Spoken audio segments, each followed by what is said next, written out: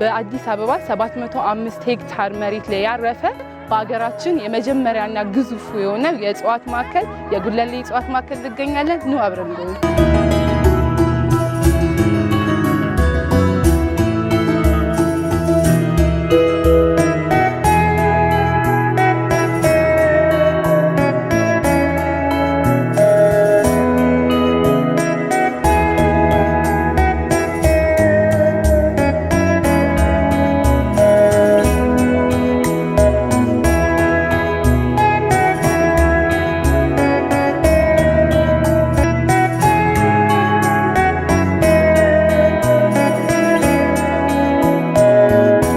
ማዕከሉ በተፈጥሮ ከተቸረው እጅግ ማራኪ መልክዓ ምድር ገጽታ ባሻገር ያረፈበት የቦታ ስፋት ትልቅነት ማዕከሉ የተለያዩ እጽዋትን፣ እንስሳትን፣ አዕዋፋትን መገኛ እንዲሆን አስችሎታል።